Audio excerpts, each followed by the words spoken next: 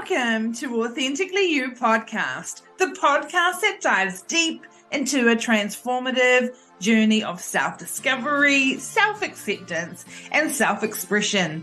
I'm your host, Kirsty Hankin, and I'm here to guide you on a path towards embracing your true, unapologetic, authentic self.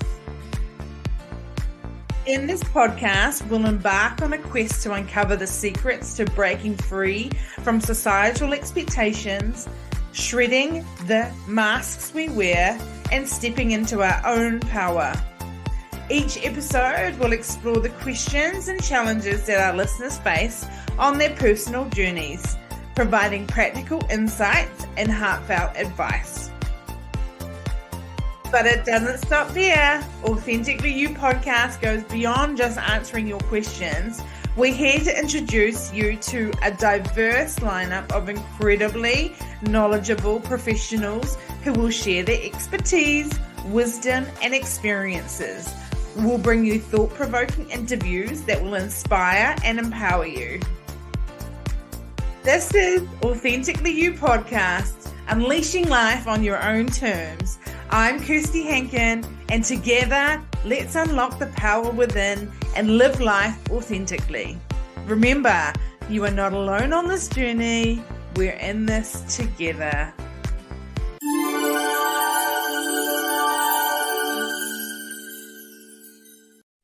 Welcome to Authentically You. Thank you so much for being here today. And today on the show, we have Nicole Starbuck, who is a psychic empath, quantum energy healer, spiritual mentor, and life coach, empowering people to ignite their intuition and supercharge their psychic skills so that they can make their dreams a reality. Welcome to the show, Nicole.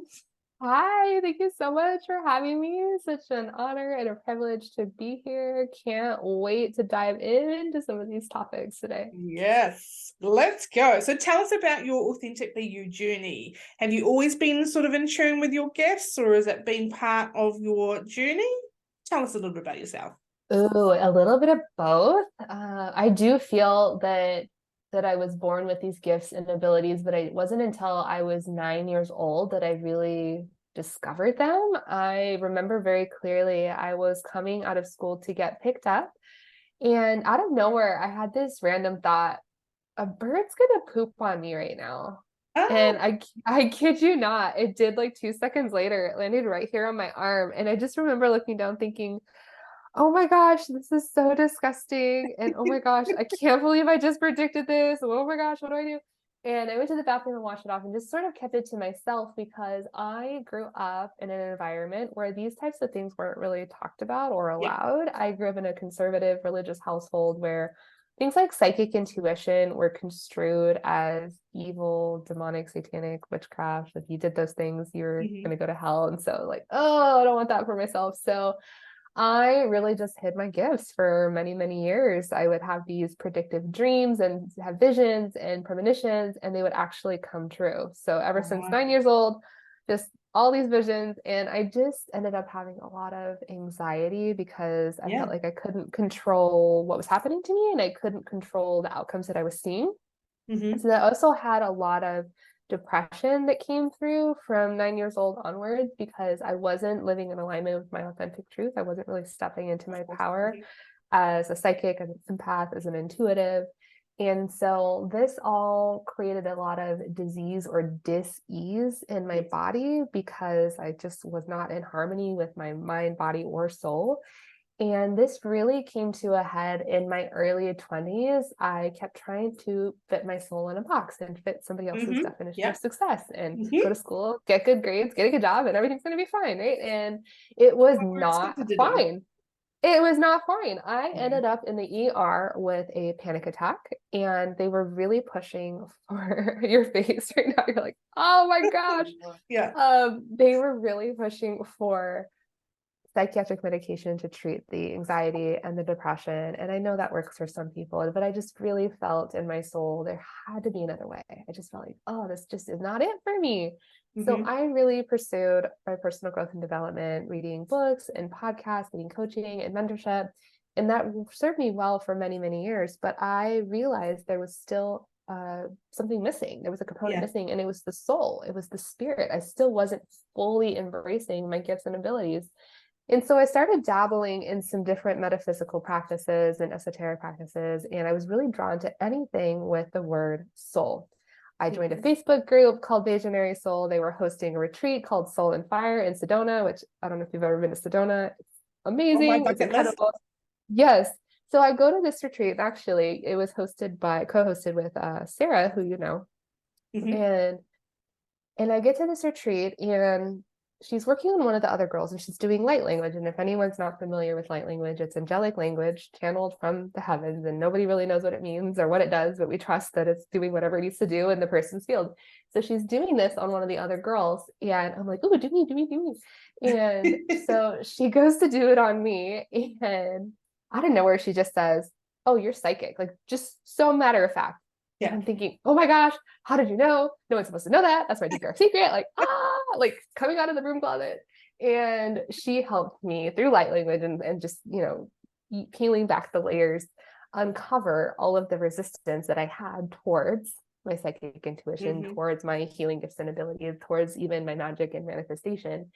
And that was really what I attribute as my second spiritual awakening. So first one in the ER, second one at the retreat in Sedona. And ever since, and I just went all in my psychic studies and getting trained and certified in different healing modalities. I started offering professional psychic readings and quantum energy healing sessions. And that practice replaced my day job income. So, I had that day job working as the virtual assistant online business manager. So I stepped away from that. And as I was doing these readings and these healing sessions, I realized that a lot of the people that were coming to me were also highly sensitive, highly empathic, very intuitive, very psychic, just hadn't realized it yet. And so they were coming to me for confirmation, for readings, for answers they already had, that they already knew.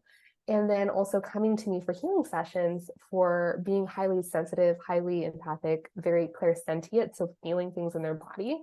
And they was just getting launched in their system because they didn't know how to filter things out. So I thought, gosh, there is a huge need, huge desire for developing psychic skills. So that was the inspiration and catalyst for what I do now, which is the founder of the Oracle Academy, which houses the psychic school. So long story to share. Yes, it has always been there, but it has been many, many, many, many years in the making. And so now that is my driving force. That is my soul's mission, my purpose, to normalize psychic intuition and to awaken and amplify and activate people's own intuitive skills. Do you feel like that is where you are now is where you were, and you're helping your sort of self in a way? Does that make sense? Like you're helping the same people that were you? Yes.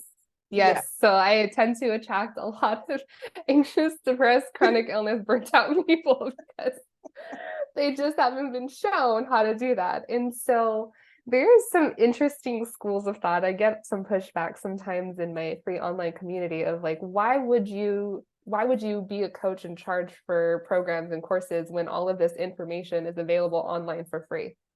And it's like, well, yes, it is. But also it took me however many years to piece this all together. And I put it together in a way that's synthesized and streamlined for you. And if you'd like that solution, here you go. If it doesn't resonate, you don't want it, you want to figure it all yourself, be my guest.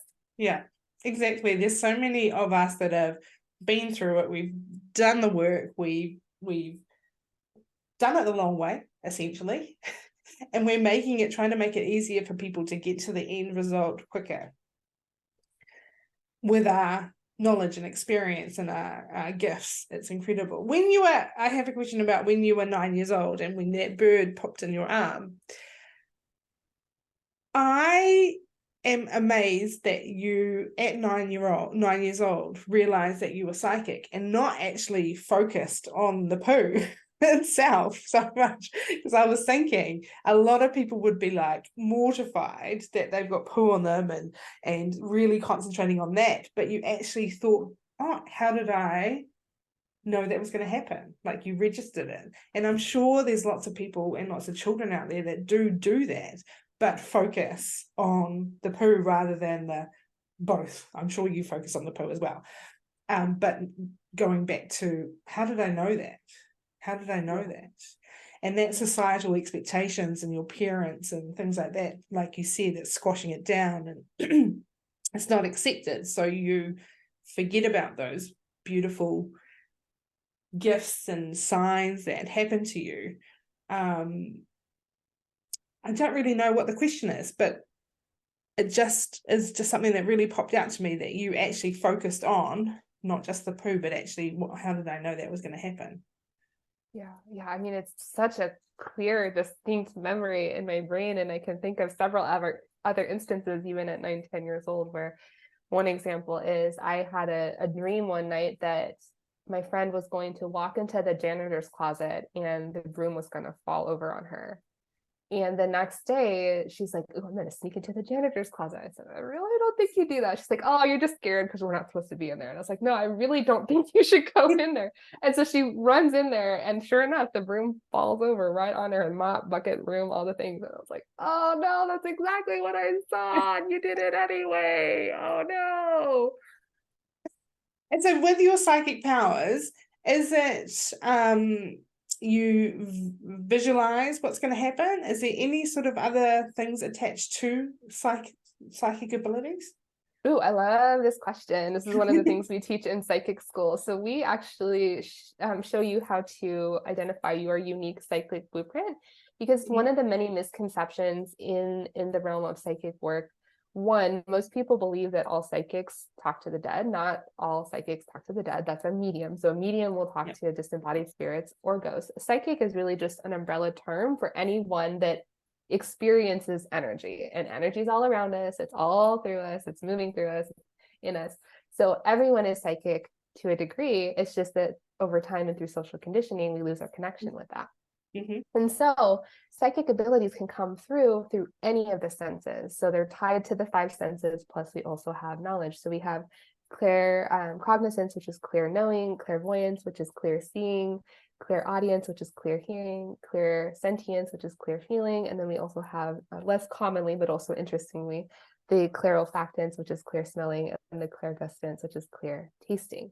So I have all of these. I choose not to develop my clairolfactance and clairgustance because I just find them kind of annoying. Like typically spirit will like have me smell phantom smells, I used to call them, but it'd be like things like garbage and like sewage. And I'm like, why do I want to smell that? I really don't. So please do not give me that unless it's absolutely necessary. Or like in my mouth, I would taste like burnt food or metallic or blood. Like, this is gross. I don't need this right now.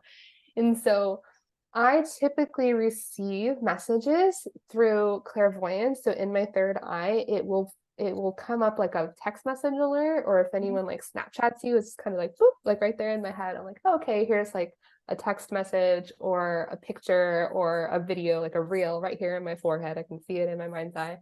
Or I'll hear something like a message as if someone's talking to me.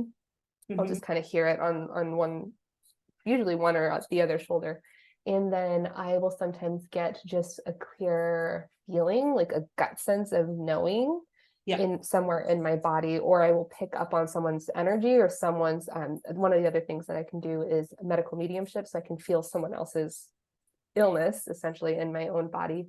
And so I've learned how to process and filter that out. But that's my unique blueprint. Those are some of the ways that spirit talks to me, but everyone is different. So I get clients that can't visualize, like they'll be like, oh, guided meditation, I can't see what you're talking about. Okay, great, let's get into some embodiment, let's bring it back to the body, because they can feel but they can't see.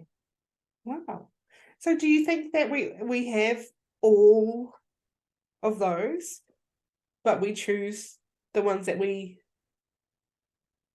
need, or we put away the ones that we don't want? Do we have access to all of them, or does everyone have different accesses to different ones? Yeah, I think that we each have the capability to have all of them and develop all of them, but we tend to gravitate towards certain ones based on kind of like an aptitude. So I have an artist background, so I tend to be more visual anyway. That's just how I relate and how I resonate. Like I like to visualize and draw and see it in some sort of tangible form. So that's how I hear best. But I also enjoy music and I enjoy listening to things. I'm an audiobook girl. You will not catch me reading a physical hard copy book anymore. I'm just that kind of girl. And so I get a lot of that too, but also the emotive piece of it is bringing back awareness to the body. So I think that's why I gravitate towards those. And I just don't want the clairolfactants and the clairgustance because I find it kind of annoying. But then I get clients that are like, oh, I can smell roses and cut grass. I'm like, oh, that sounds kind of nice, actually. Yeah. Those smells are nice. That smells lovely. But I also think back to prior to my second spiritual awakening, but after my first one, I started getting just some weird sensations. Like the radio would be off in my car, but I would hear static. Or I would hear like a ringing in my ears, and it would get kind of annoying. And I would ask the doctor about it, and they're like, there's nothing wrong with your ears. So I don't know. And then I would see flashes of light or orbs of color or like lines and squiggles. And I thought it was so pervasive. I thought there was something wrong with my eyes. I actually went to the eye doctor several times, and he's like, there's nothing wrong with your eyes. He's like, you're blind as a bat, but there's actually nothing wrong with your eyes. And so I'm like, oh man, what is this? And so it gets kind of frustrating when you don't make the connection between, oh, this is my intuition talking to me, and this is my spirit guides talking to me. You start to think, oh my, what's wrong with me? Because you go to the doctors and they're like, it's all in your head. And I'm like, does that mean I'm crazy? Like, what's wrong with me? But it actually means that you have the power. It's just that it can't be explained by traditional Western medicine. And I've had a couple of people in my life that have been, well, one in particular that is very, very intuitive, psychic, has lots of noise going on, doesn't understand or doesn't know how to handle it, and isn't doing very good. There is ways that you can control what's happening, put boundaries up. How do you go about putting boundaries up? Like you said that you have said no to the smelling and the tasting. How do you go about doing that? Okay, I love this question because I truly believe that our anxiety is actually our intuition trying to talk to us. It's just that we've allowed all this other external noise to influence and impact us. So we get stuck in this rut of second guessing, overthinking, which leads to overwhelm and stress and depression and burnout, right? And so the way I look at it is we are channels. We are like a radio. We have our little antenna up at the top of our head, and we are connecting into source. And so if we are tuning into the frequency of the universe, we're tuning into our intuition, which is very closely connected to our higher self, which is inextricably linked to our soul's mission and our life purpose. It's just like, this is it. This is the radio. However, we often plug in to other radio signals.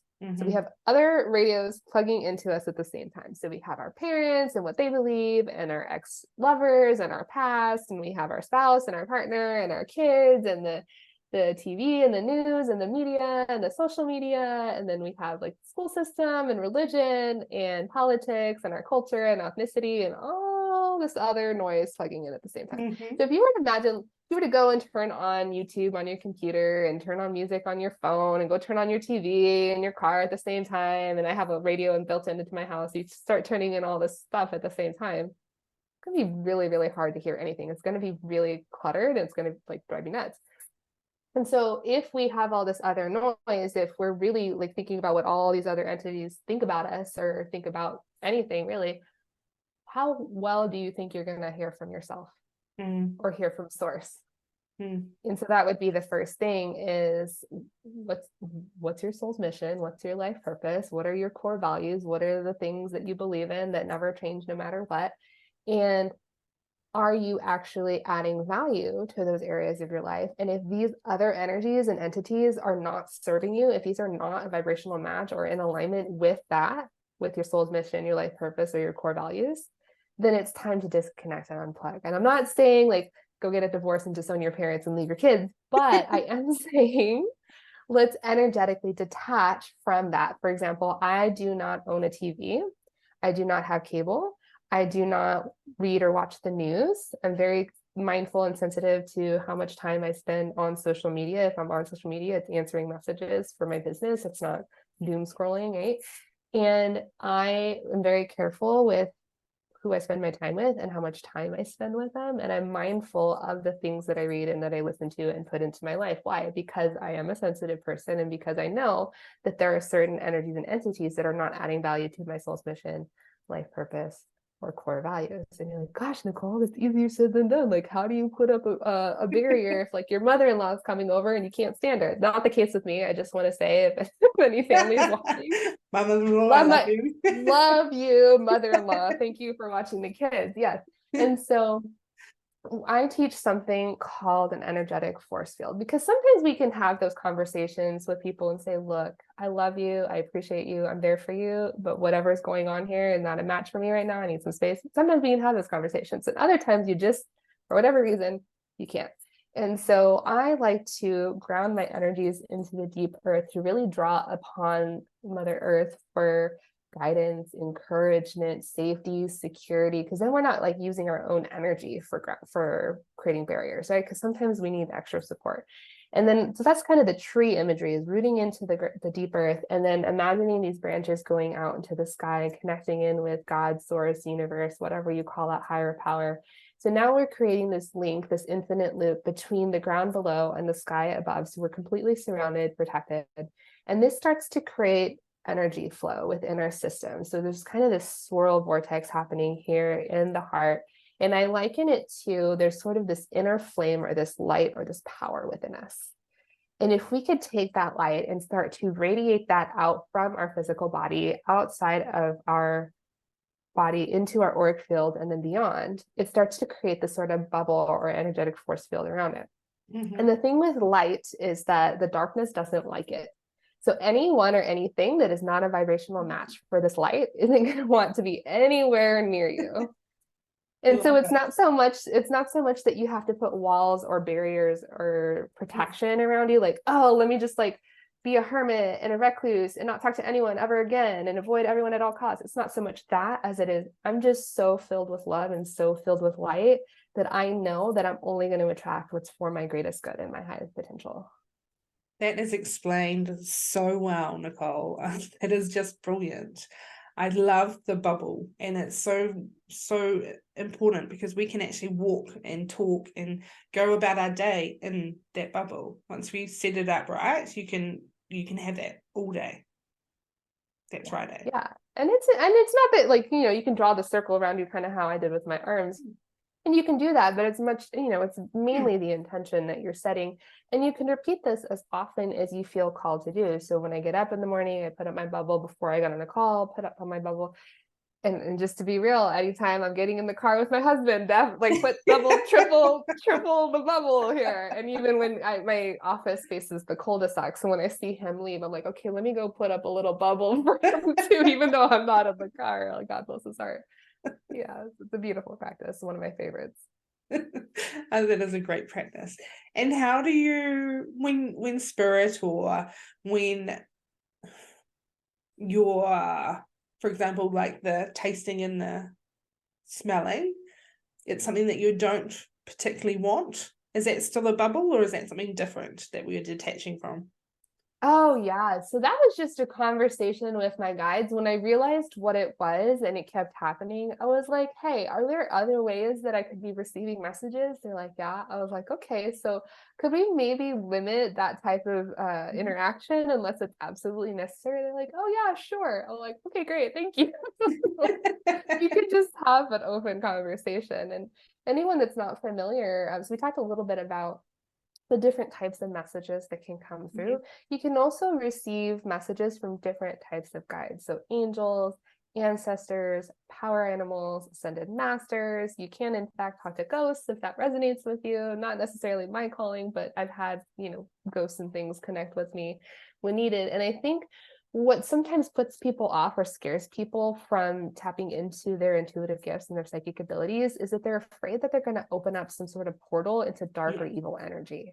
And that's not the case. If you are setting the intention for only good and only positive, if you are in alignment with your intuition, with your soul's mission, your life purpose, with your higher self, with light, with love, with God, source, universe, you're only ever going to call in what's for your greatest good and highest potential. You're not going to attract evil, demonic, satanic energy, because why? It doesn't like the light.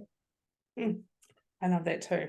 If you are not in full alignment, if you're on maybe the start of the journey, you're still setting the intention that you're on this journey, right? So that you're still not going to get those negative vibrations, those negative spirits or anything like that. Is that right? Yeah, exactly. Yeah.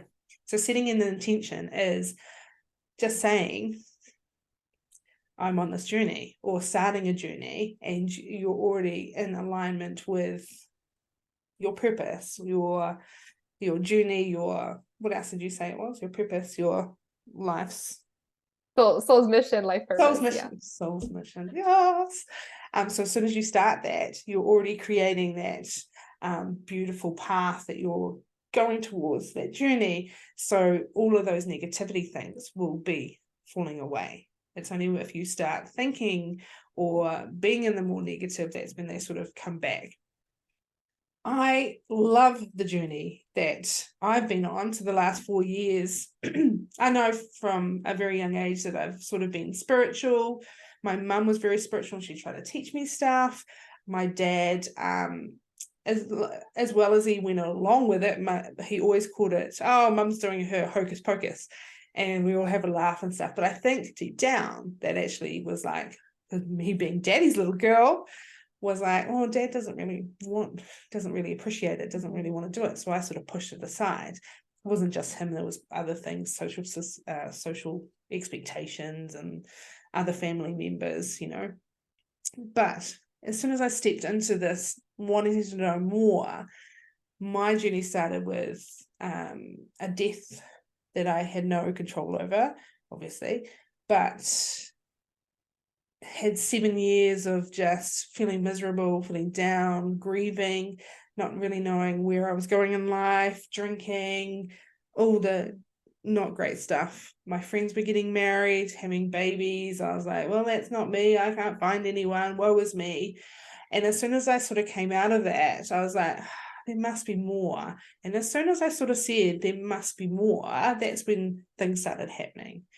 I started, okay, let's have a look at meditation and gratitude and things like that. And I think The Secret was probably the first thing that I grabbed, because that's the only thing that I sort of knew from being a universal resource. And I tapped into that, and it was an incredible start. And the journey has just been ongoing, learning more, creating more, learning different gifts that I'm getting on my soul purpose. And when I've been aligned, holy moly, it is just so easy. Every time that something that I think's meant to be my path and it doesn't work, I'm like, okay, back to listening properly. Not what I think should happen, but what actually should be happening. How do you know when you're not fully aligned? Ooh, okay. Yes. And I also want to touch on, if time allows, I want to touch on how do you know what your soul's mission and life purpose is? So remind me to come back to that, because I won't forget. Okay. So how do you know when you are in alignment? So usually if I am in alignment, I will feel it as truth in my body. And I'll explain how we feel truth and how we feel more the head or the ego space or the little Nicole or the human. So how I feel truth in my body is typically through my gut, but not everyone feels it in their gut. So if I were to ask you a question or make a statement, the sky is blue, I feel that in my gut, but just notice when I said that, what came through for you. So sometimes people feel that as a fluttering in their chest or a tingling sensation in their hands, legs, or face, or like a swaying side to side or a nodding of the head. And then if I were to say the sky is green, like immediately my head wants to shake. Yeah. No, like, no, it's not. What are you talking about? And so we'll just repeat this so we know what our energetic signature is. If I were to say the grass is green, immediately my tummy clenches up. Yes, the grass is green. But if I were to say, oh, the grass is purple, immediately my head wants to shake. No. And again, your response may be different. That's just how I interpret it. So typically, if I am asking and creating from a soul aligned space in tune, in unison with my higher self, my soul's mission, my life purpose, it'll feel sort of like I'm moving forward. It'll feel like a tightening in my gut with like a propelling forward from my chest, like acting in flow, acting in faith. Sometimes there's a little bit of fear because like my little human mind is like, oh my gosh, what are we doing? But it's typically that propelling forward. Now, if I am acting out of ego, if I'm acting from a headspace, if I'm acting from that fear-based mentality of lack, scarcity, all of that, it will be this sort of anxiousness, like a very like vibrating, pounding in the chest or in the head. It's like, let me do, because if I don't do, I'm not going to receive. Totally different energy, right? And I also share something. When we are manifesting or we are creating or we are going about our daily life, our spiritual practice, so often we are clenching tightly to control. It's kind of this closed mentality, like, oh, I just want all the answers and I want to know what, and I want to know when, and I want to know how, and I have to have it this way, and like, whiny and controlling, right? But if we actually shake that off and let go and have hands open, arms open, now we are actually open to receiving. Because if I came to you, if I'm the universe and I came to you and I said, here is everything you ever wanted and more. And you're all like fist clenched, like, grr, like, that's not exactly the way I wanted it. Like, how, like, you're not going to be able to receive this beautiful gift. So that's how I know, is if I'm having that clenched, like even just now clenching is like tenses on my body, so shake that out. But even if I'm acting out of that space, that head space and not that heart space, it feels like that. And the other image that comes through is this. So often in our world, we swim upstream, we fight against the current. Like, let me do and push and force and achieve and do more and keep going and force and then keep going and push and keep going, right? And it's like, it's exhausting. Just talking about it was exhausting. But if we let go and release control and just go with the flow and allow the river of life to take us wherever it wants to take us, that is like so much easier, right? So much easier. And we don't necessarily have to know where it's going. Like, there may be twists and turns and waterfalls, and sometimes it goes fast and sometimes it goes slow. But the important thing to remember is that we are divinely supported by the river of life, and we're going to get to where we need to get at exactly the right moment and exactly the right time. How do you teach, or no, not teach? What sort of advice would you give to someone that is trying to, let go and let be, but still wants to clench? They're learning to let go. What would be some advice that you have for helping someone actually let go? Yeah. I mean, that's just a huge lesson for myself, because I'm a type A type of personality that wants to have all the control, right? So I teach from experience, like, hey, recovering perfectionist. I actually got called out on this by one of my mentors. They said, actually, you're pursuing excellence, because if we keep referring to yourself as recovering perfectionist, we're never going to shift out of that.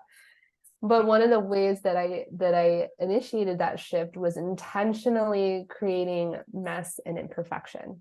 Mm-hmm. So something that I would do pretty consistently would rearrange the dishwasher, because I don't know if you're familiar with the different types of personalities, but I'm melancholy choleric. So what that means is we have to do things the right way, and the right way is my way. Yeah. And so the dishwasher has to be loaded my way. So let me rearrange all the dishes that you've already put in there, because it has to be the right way. And so a beautiful practice. I mean, this is like daily life is your spiritual practice, and your spiritual practice is your daily life.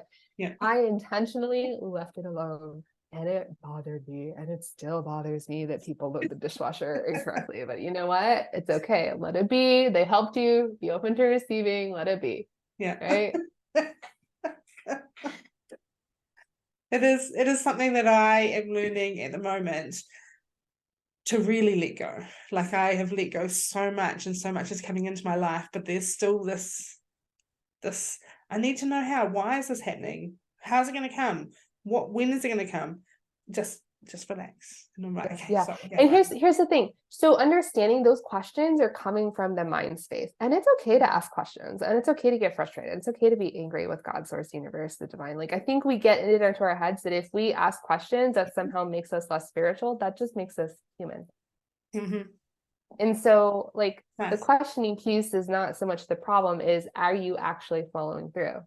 Yeah. So I'll get these weird, funky, intuitive hits that like make absolutely zero sense logically, but I do it anyway. And then it's like, oh, wow, that's really beautiful. For example, I was hosting a retreat a few months ago and I hadn't sold any tickets. I'm like, oh, how is this going to happen? And Spirit said, oh, post in this Facebook group. I was like, why would I do that? I've never posted anything in there before. Like, why would that makes no sense? They're like, just do it. I'm like, fine. Okay, you win because they're always right. So might as well do it. And so I posted in this Facebook group and I kid you not, all the spots filled out. Oh, wow. Yeah. So it was like, oh, okay, like, oh, it gets to be easy. Like, look at that. I was overcomplicating it by thinking that I had to write a whole bunch of emails and social media posts. That was not the case. Like, just one post. There you go. Like, human mind getting in the way yet again. Something else that can help with the letting go of control is just a simple energetic practice. So just like I was teaching about the different cords and connections that we have all around us, we can do the same with whatever it is that we're stressing out about, overwhelmed about. Often, again, that's coming from that place of mistrust or this lack mentality. But whatever it is that you're anxious about, you can actually take that cord, like notice where you feel that in your body. So like I'm thinking about like, oh, like what's going to happen to my business in the next 3 months? And I feel this sort of like tug here at my heart. So if I could take that cord here and then take the other connection, just like you would do an energetic cord cutting for, say, an ex-lover or something like that, you cut or pull off both ends of that cord. And now you have this cord here in your hands. And I love to use the elements. So alchemizing and transmuting energy using air, earth, water, or fire. I typically do fire because I just love it. But Yeah. if you were to visualize taking that cord or connection and throwing it up to the air or burying it in the earth or washing away with water or burning it in the fire, you then get to say what happens next. So like, here's this thing that I was stressing out about and clinging tightly, taking control. Universe, here you go. Do whatever you want with it because I trust that this or something better is going to happen. Wow.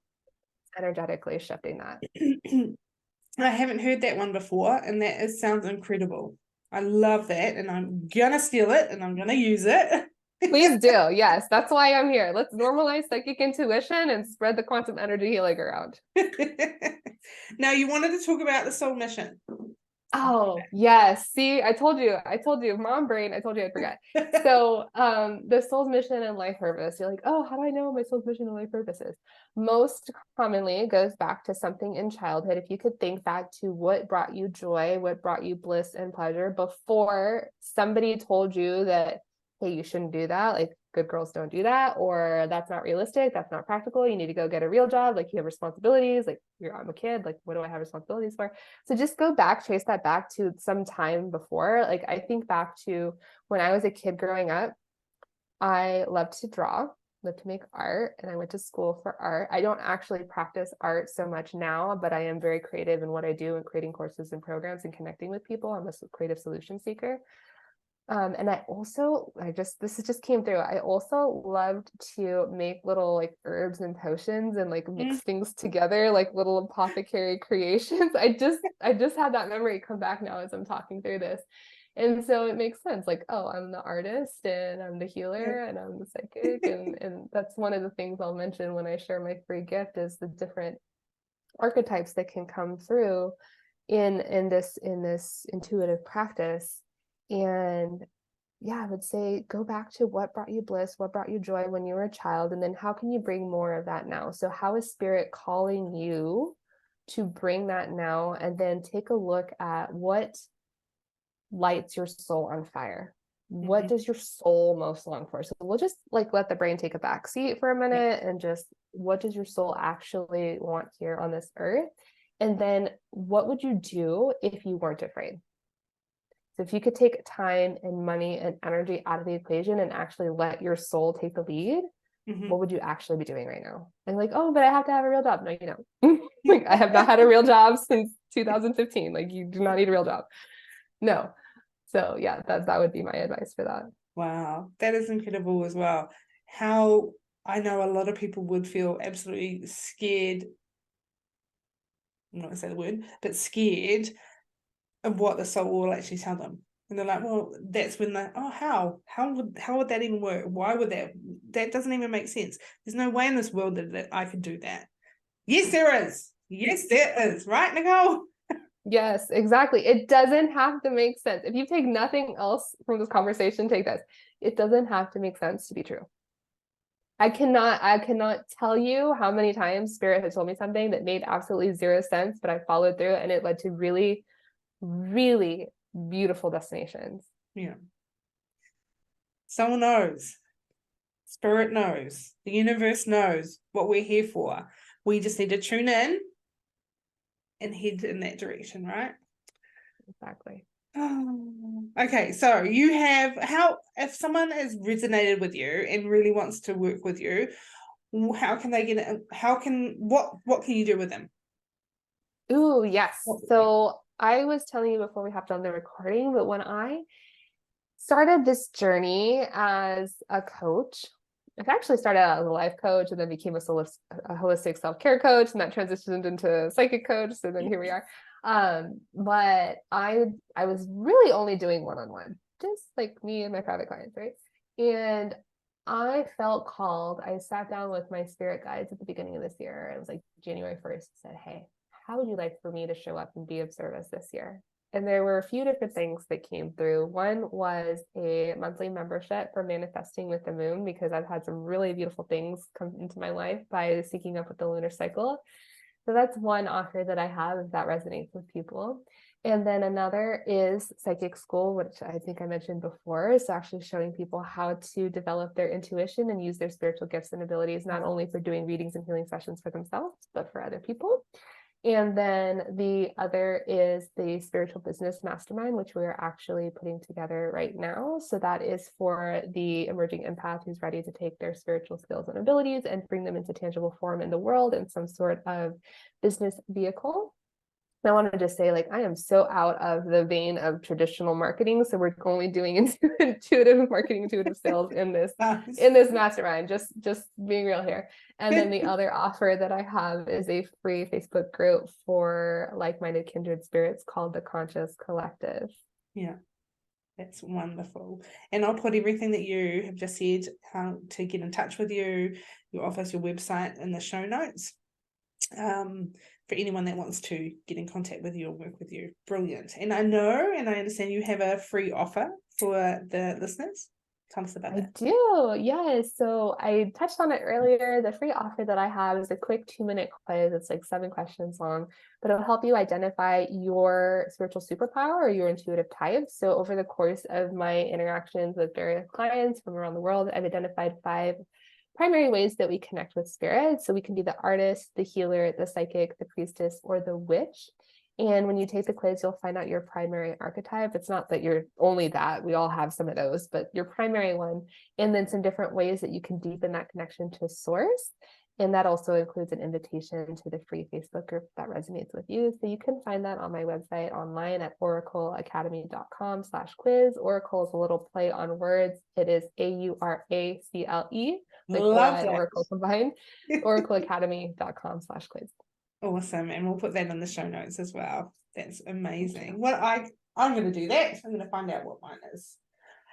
So the last thing that I wanted to is fun little questions for you, Nicole. The first one, if authenticity were a color, what color would it be and why for you?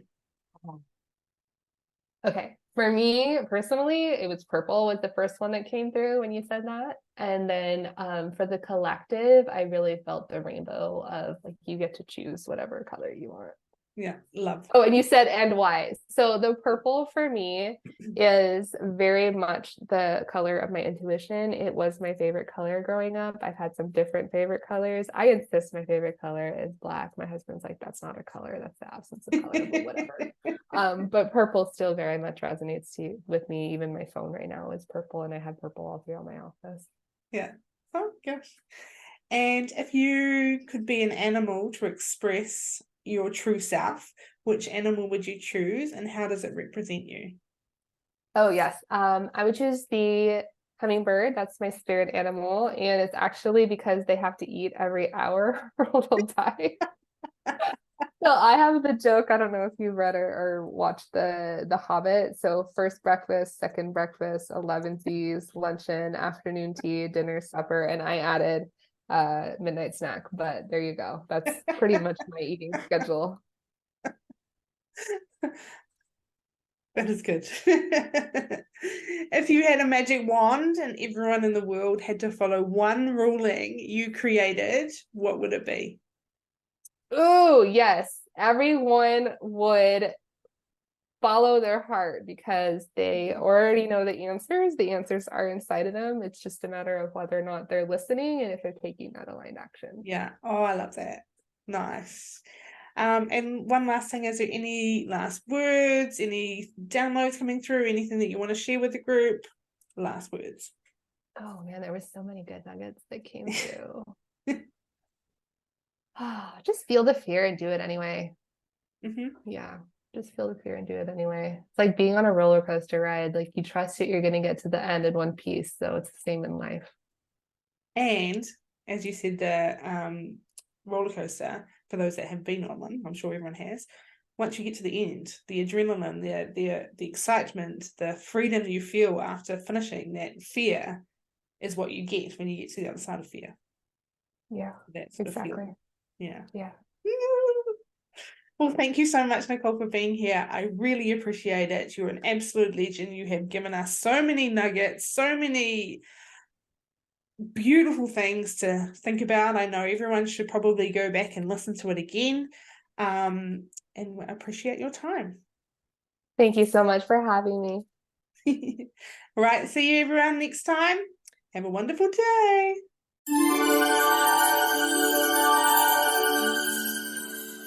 Thank you so much for joining us on today's episode of Authentically You Podcast. We hope you enjoyed the conversation and gained some valuable insights. If you'd like to stay connected with us, don't forget to subscribe to the podcast on your favorite platform and follow us on social media.